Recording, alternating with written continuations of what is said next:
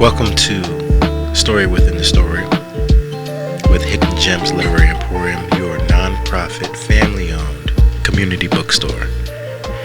I am your host, Raymond Sikas, and we're here to talk about a phenomenon, if you will, a cash cow, if you will, a franchise that is quite beloved, Sonic the Hedgehog. This franchise is special to me, special to many, and that's why we're going to play Sonic 3. We're going to play it because while we're playing it, we're going to have a discussion, and that discussion is quite important to me. I would like to know, is the video game, and I'm talking about these earlier versions of the video game, but including the newer versions, is the video game a more complete story than the film? And what story is the video game teaching or telling that the film has yet to address, if this is happening at all? And I believe that it is. I believe that there is a deeper story. I believe that there is a story within the story. And that's why we're going to discuss this. I must say, Sonic has a wonderful score. So I cannot just play this game. You have to hear it as I play it, so that we can further discuss this. And it's better for you to feel immersed with me as we're continuing this short journey. But why is Sonic so darn big? Why is this story about a blue hedgehog that jumps around and transforms so important to many? Why is the new cartoon series on Netflix, Sonic Prime, why is it so absorbed, so accepted? Is that story better than this story? We're going to talk about that. But right now we're going to kick the game off. We're going to get started. What you were watching was pretty much like, the tutorial, the screen saver that you, if you will, that you would get at the beginning of the game. But now we're going to go right into the game as we continue this little conversation. I'm starting with Sonic 3 for a really particular reason. Sonic 3 is the more story cinematic of the earlier Sega games. So in this you get a little bit more depth, and you get to play as Sonic, Knuckles, Tails, Sonic alone, Sonic and Tails alone, Knuckles alone. The beautiful thing about this game that it wasn't something that you saw back in the day. You can actually play as Knuckles and see this story, pan out through Knuckles' eyes. And that kind of gave this game more replayability. But we're not going to talk about the game. This is about the story within the story. We're going to talk about the story that you see in the main films and the story that we're seeing here. So here we're following off right after Sonic 2. Sonic and Tails are exploring the land. Sonic has control of the Chaos Emeralds, and then boom, he meets this foe who is like him, a fast being, a strong being, who was strong enough to stop him in his tracks, knock him out of supersonic mode, and take the Chaos Emeralds. This is something that Knuckles only does here at the beginning of Sonic 3, because now Knuckles is this oafish, strong character, strong, I like to punch things character, who is not this powerful. And these things are important. But first, we're digging right into this story, just so that you can kind of have a feel for what is going on.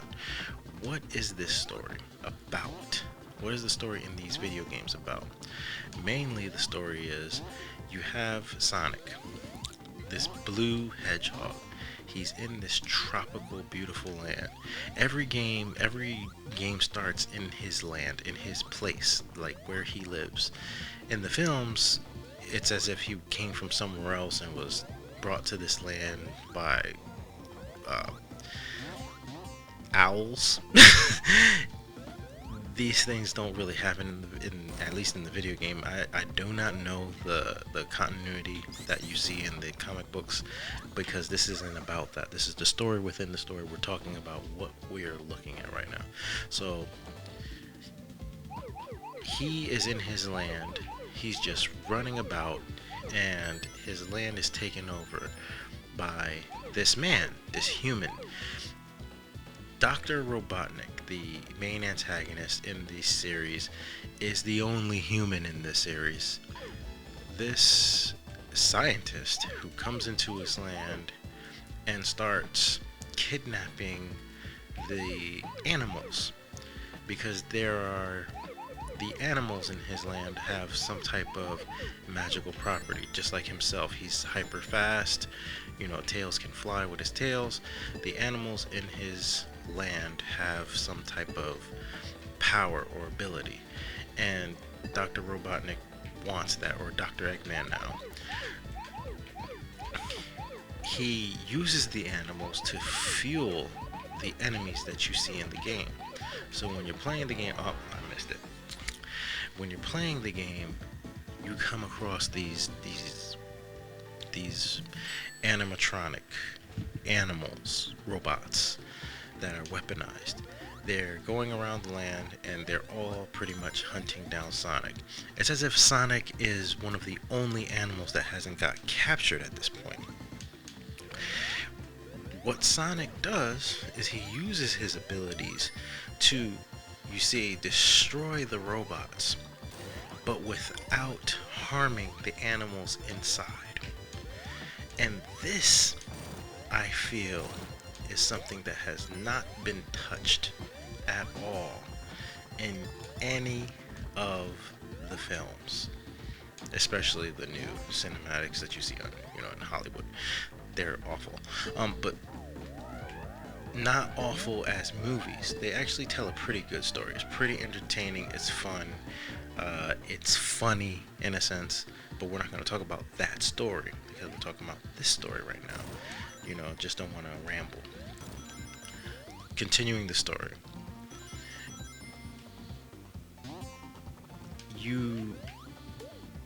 In the films, we're not ever shown kind of the reason behind things. And even in the games, nothing is told to you. In the games, you're playing the game, you're Sonic, you're running around, you're pretty much saving your land. But if you're paying attention, even to right now, to what you're seeing on screen, you should see that there's something horrible happening. It's not just the animals are being turned into robots. The land is being systemically destroyed. And your hero, Sonic and Tails, your heroes, Sonic and Tails, are defending the land. And these aspects of the character are important.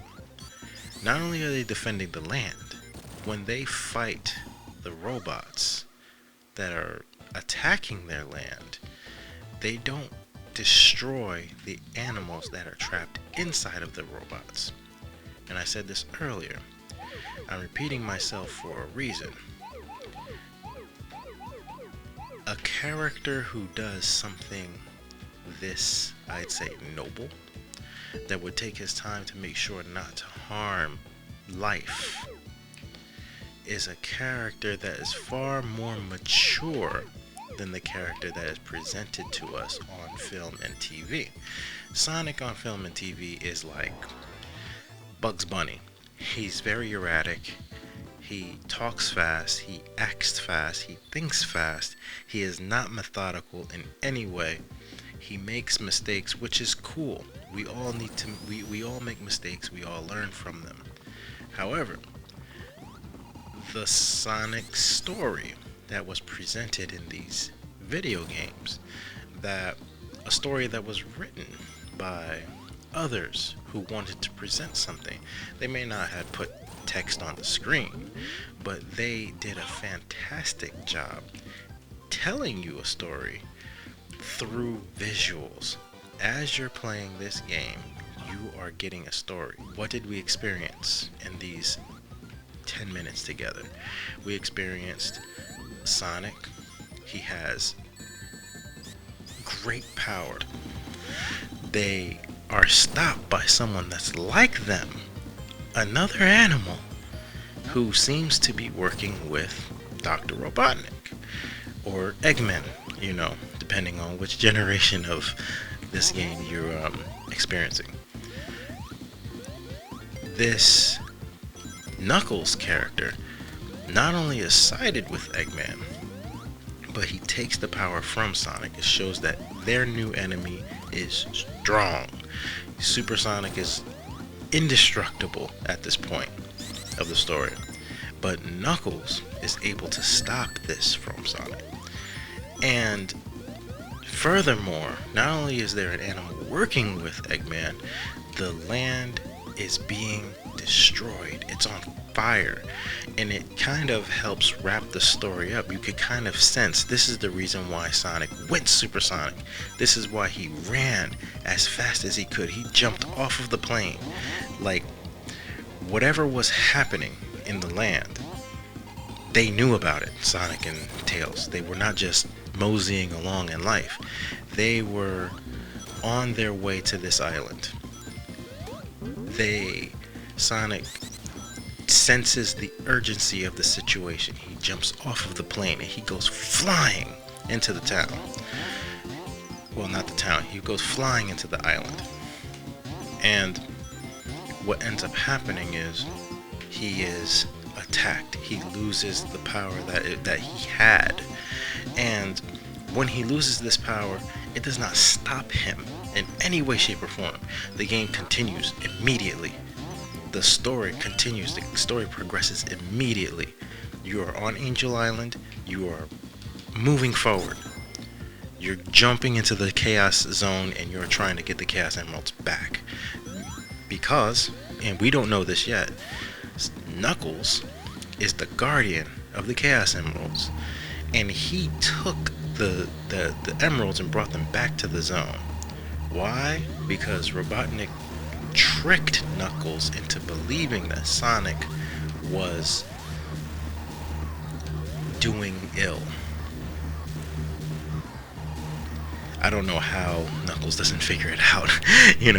He's seeing the land getting bombarded with bombs. He's seeing these planes. He's seeing these robots. But yeah, the only thing that Knuckles cares about is the Chaos Emeralds, according to the story at this point. But there is more to this story than meets the eye. Let me get it up. Music is very good, by the way. I'm gonna turn it up a little bit. Alright. So,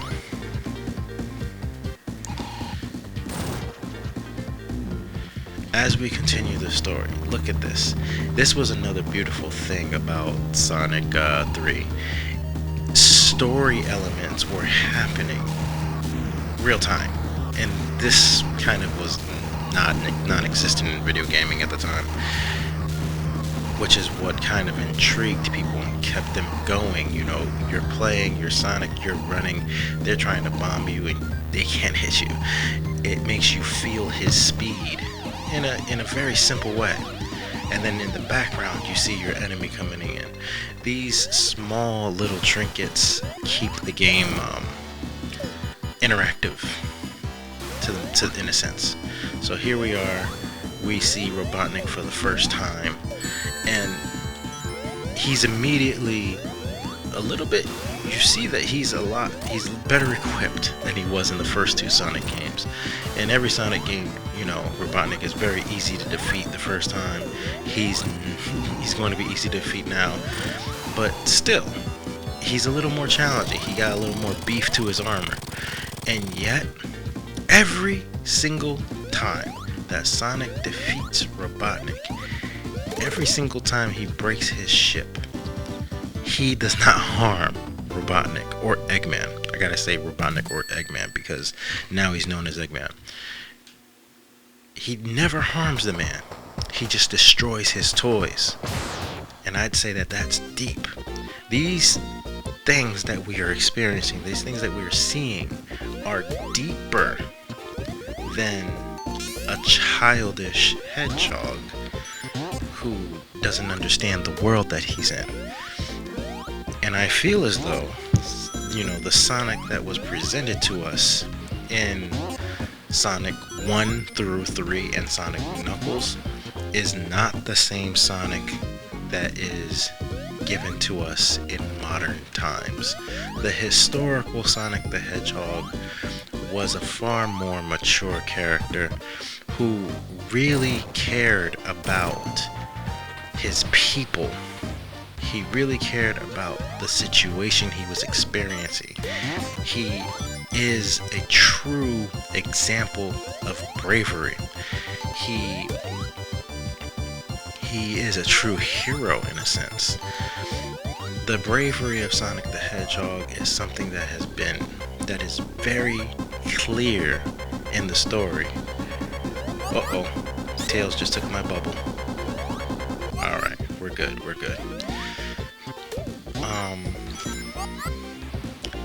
And it's not in a story that is fed to you with a spoon. It is in the game that you're playing. You play the game, you feel the story, you see the story, you feel the world. What world am I in right now? I'm inside of a temple deep down underwater. A temple that was buried underwater. And of course, in these ancient sites, these are places that you can find these Chaos Emeralds. So we're going to these ancient sites that are now being modernized by Robotnik.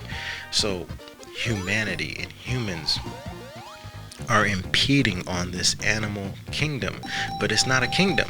It's just free animals gathered around, living their lives, and combating not just with man, they are combating with science. And I find that to be quite remarkable. It's science it's science that claims to be the arbingers of peace in the animal kingdom. It's science it's scientists that seek out animals and make sure to give them, tag them and say, oh, this is for their betterment. They're going extinct. It is in the realm of science that we are supposed to be protecting the animals around us. But instead, here we have a story about animals being conquered by a single scientist. And I'd say the film at least gets one thing right about Eggman or Robotnik. It is that this character finds himself, or sees himself as an overlord of this land. He sees animals as animals. It doesn't matter how sentient these animals are. It doesn't matter how developed their society is. It doesn't matter if these animals are living in a land with temples and technology of its own and power, like great power in the Chaos Emeralds. It doesn't matter. For Eggman, they're animals, and I'm a man, and I'm going to come in and take this land because this land is the land of man. And he is faced with a force that is Sonic the Hedgehog. That force, that type of character who is pretty much running right into danger, who is pretty much one of the only animals that has not been, taken by this technology, has not been turned into a robot. It is a testament so powerful, because even though Robotnik can't steal Sonic and turn him into a robot, he still eventually fashions up his own robot Sonic that becomes a prominent, character in the series. It shows that man sees greatness, but the evil of man is so great sometimes that he will seek to claim greatness even though it doesn't belong to him. And this is the story that you're getting. You're getting a deep story about animals that feel they can stand up to this force that is up against them, and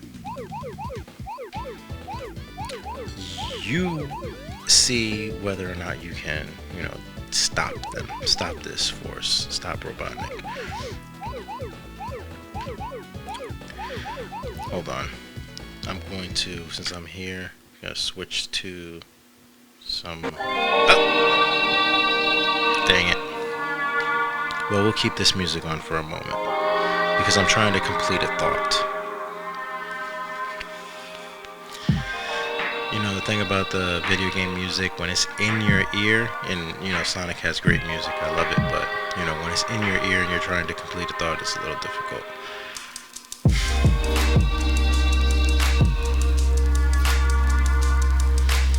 Take a look at what we're seeing and what we're experiencing. And I know that it might not be anything important in a sense, but I find it to be important. When a story captivates so many people that it builds into a franchise that continues to gross net income, capital, if you will. It is because there is something deeper going on in society. What was my experience with this franchise? When I was, I'd say 4, maybe 5 years old. 4. When I was 4 years old, the Sega Master System came out. Sega Genesis came out. And I didn't have any video game systems of my own. And here was Sonic, this mega game. Everyone was talking about it. It was the Pokemon before Pokemon.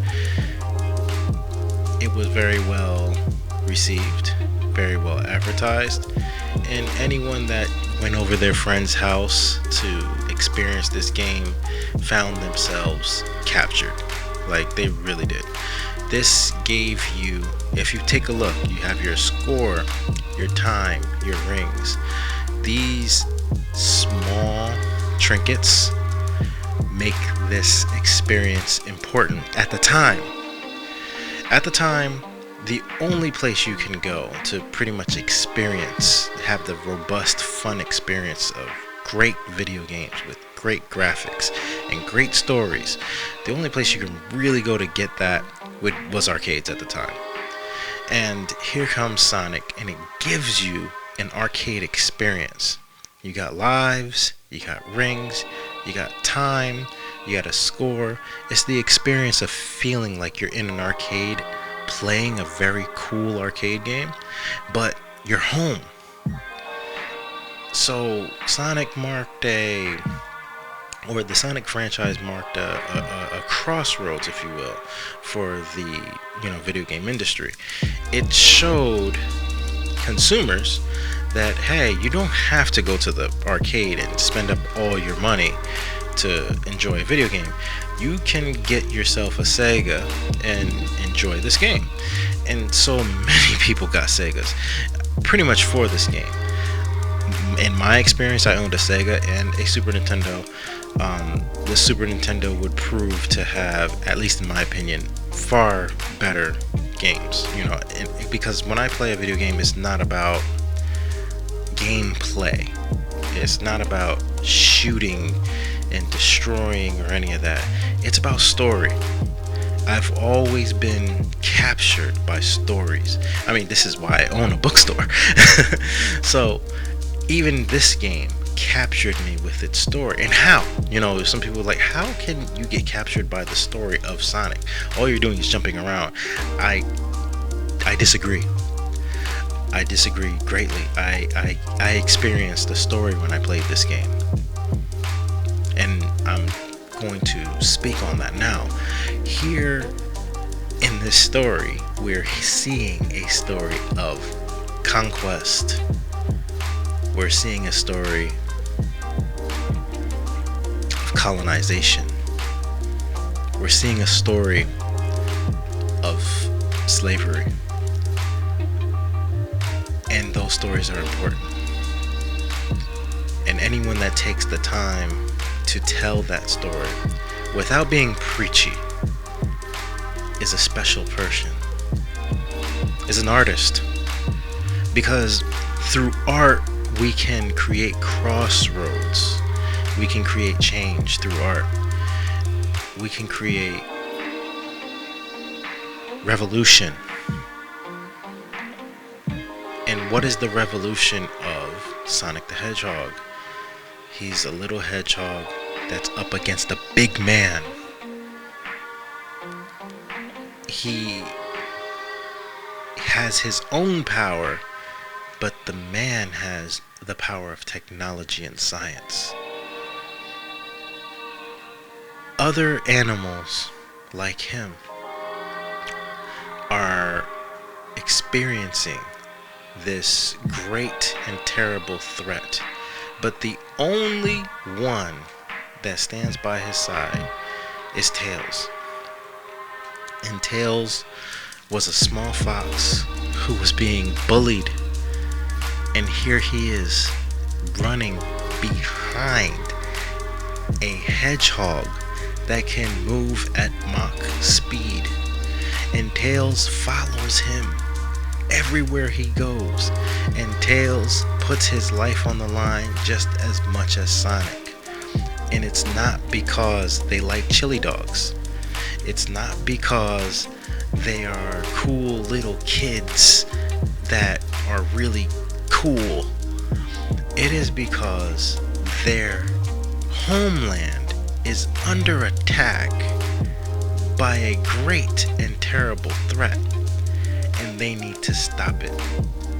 And at 5 years old, I was able to feel this. At 5 years old, I was able to grasp this story. At 5 years old, I would be hanging out with my friends and talking about this story. Oh, he got me.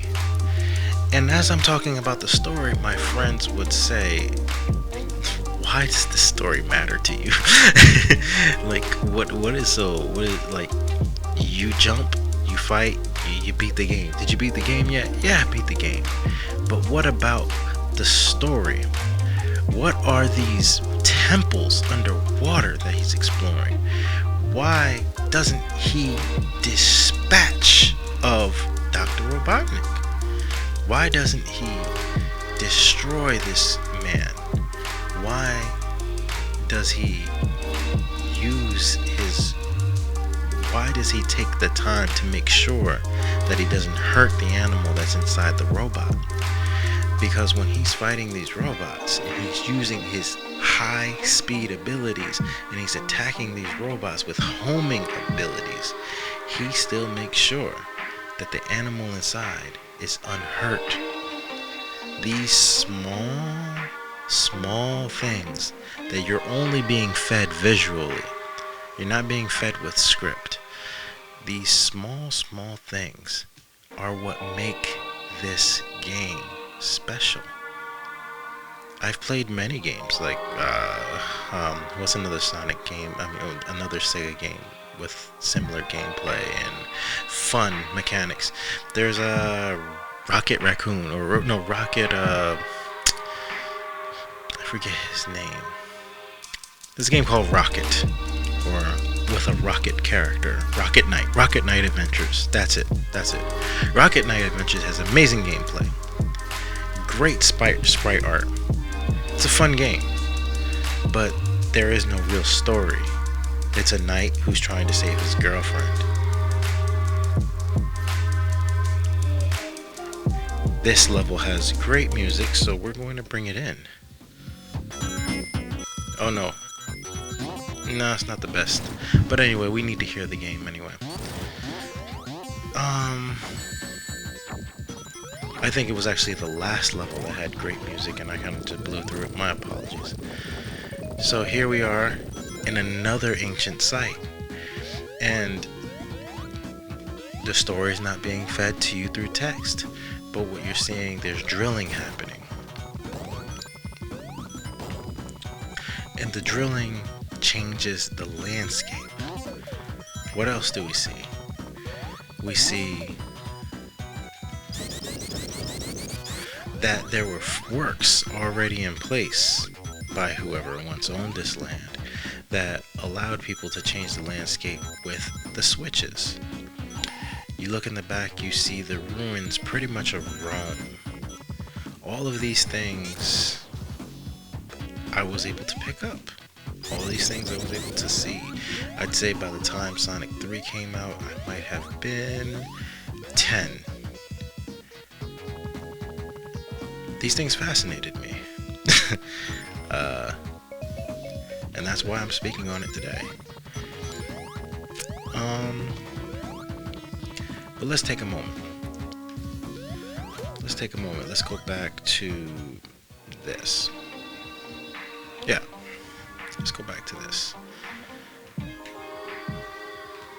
We have, I could turn this up slightly so we could hear some rings. I really don't want that music to bleed into the feed. Alright.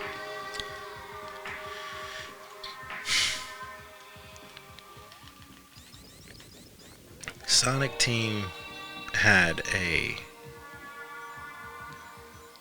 I'd say they had a gift when it came to writing the stories of these games. It was like they wanted every character to have their own story going on in the background as you're playing the game. So there's a story, and it's Robotnik's story.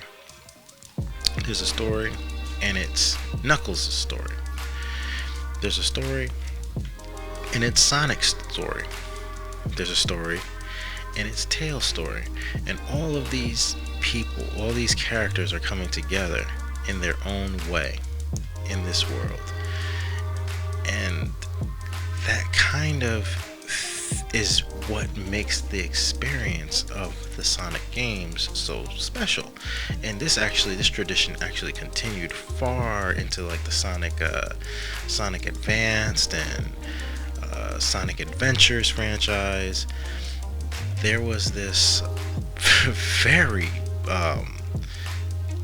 what would I say? There was this very, I'm trying to figure out the word.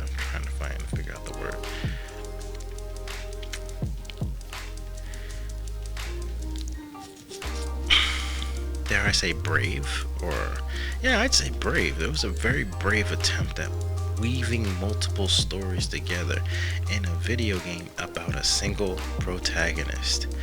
And this trend actually evolved into a tradition that is still continued unto this day. I do not know if Sonic Frontiers, actually I don't believe Sonic Frontiers did it at all, and I'd say that's a shame. Something is now, I heard that Sonic Frontiers is a great game, and it actually looks like a great game, but something that was a tradition is now, lost. And I guess it's not a bad thing. Things evolve. One thing I would say that I like about what I noticed about Sonic Frontiers is that there is a little bit more maturity to this story. And this is kind of, I feel, what we all need when it comes down to the cinematic representations of Sonic. So let's talk about the cinematic representations. Let's talk about Sonic the movie. In Sonic the movie, he's raised by owls. That's one huge thing. I do not know if they wanted us to feel that he was trained to be like a bird of prey. I don't understand the whole aspect of the owls. I don't know if the owls were more preeminent in the, or I mean more important in the comics. Please don't mind me if I mess up a little bit. You know, I'm playing the game as I'm recording. But here we go. We're going against the drill.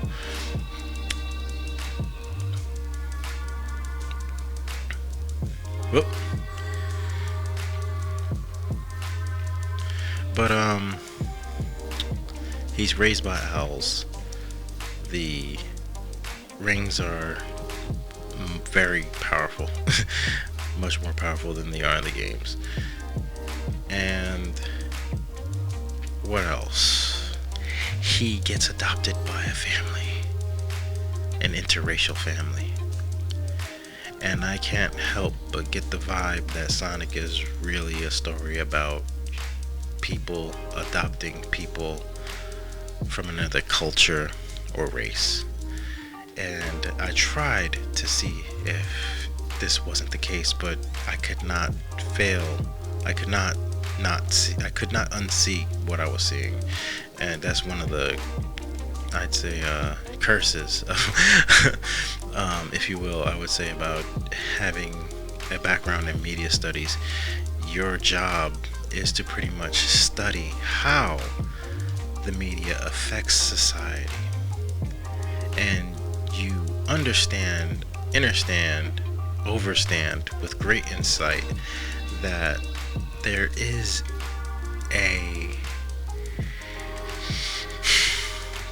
a strong influence that mass media has on people when intellectual property has caught the eyes of millions. Anyone who needs, some more money in their bank account can then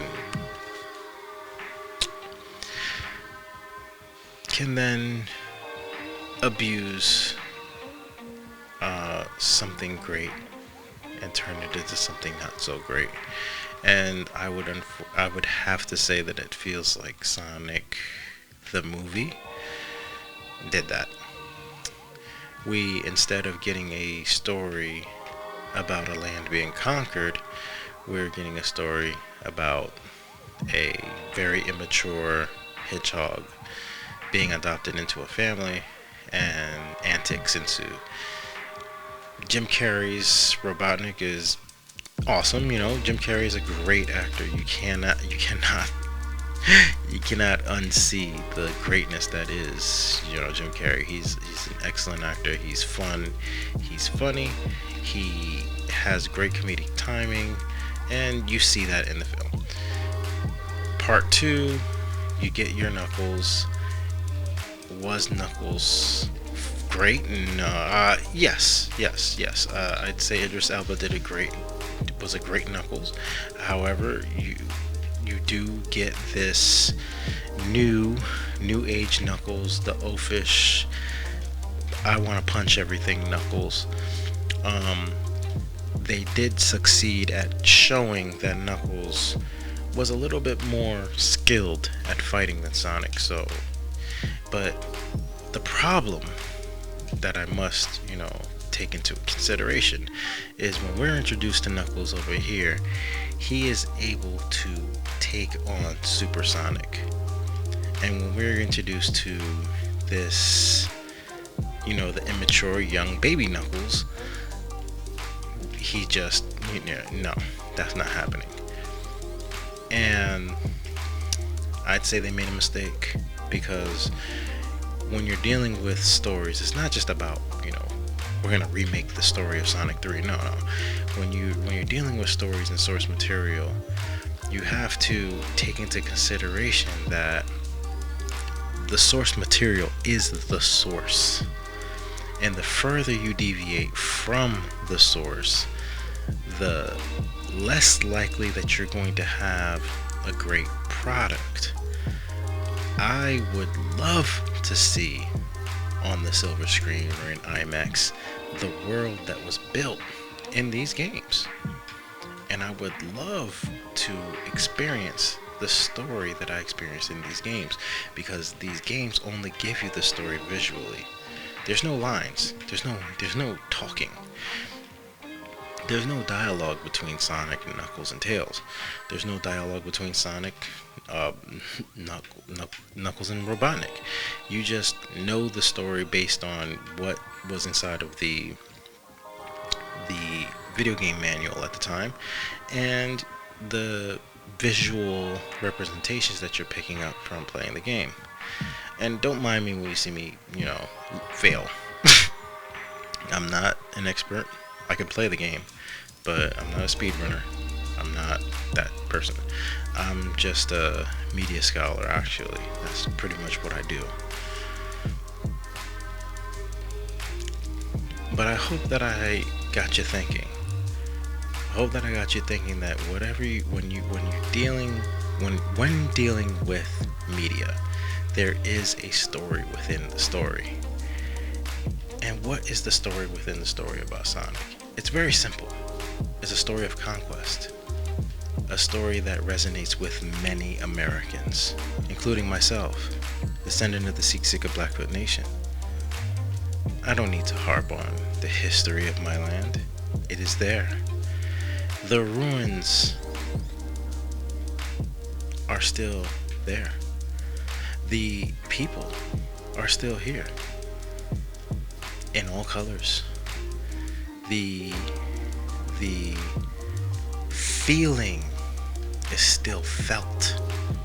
And that's the reason why people love this game. I can promise you that. I can promise you that someone somewhere knew that the pain of colonialism still resonates in the house of the millions of poor who dwell upon a land. And in knowing this, there is the capitalist spirit that states quite plainly, hey, if this is the history, then why not use it to make money? But there's a greater good that can't be avoided. It is the absolute truth that conquest is evil. And when a people who are truly great, not for reasons that are clear, a people who have something, dare I say, mystical attached to them, a people who can run at Mach speeds, a people who can fly and free their people from the grips of technology and Eurocentrism and the absolute destruction of their land. When people stand against that which attempts to destroy them, then that people will be free, and that people will be super, that people will be great. Here in this scene, Robotnik, after drilling the land and destroying the temples, levels everything. It's all gone. You don't see the ruins in the distance. But Robotnik is attacking in the sky, the mountains in the distance. And your two heroes are pretty much up against something that is just that great. What do they do? What do they do when Robotnik comes and takes the land, destroys the land right under them? The minute he does this drill, don't just pay attention to what you see, pay attention to the story. He drills, they fall, and then they rise, immediately following him.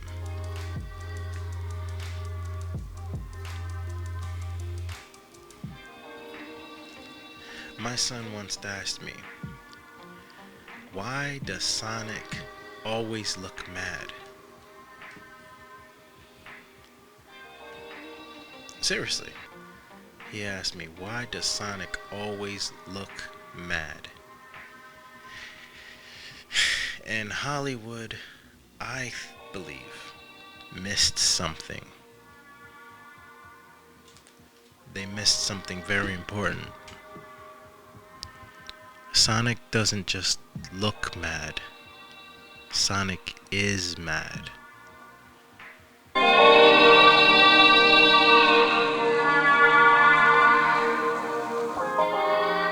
This is Raymond Seaguess. I'm signing off. This is Hidden Gems Literary Emporium. Story within a story. I hope that you enjoyed this. I hope that you would like to hear more and see more and discuss more. And we could take a look back into more. If you guys would like to support our channel,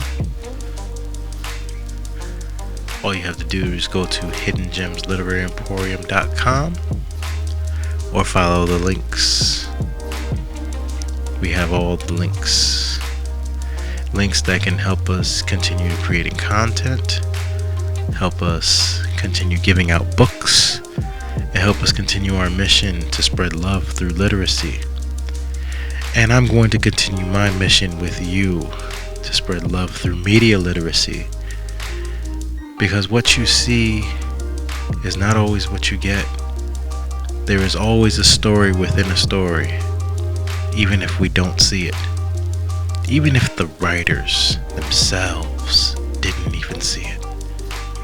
There's always an underlying truth to all things. And the only way you can find the truth is when you look into the root. We love you for reading.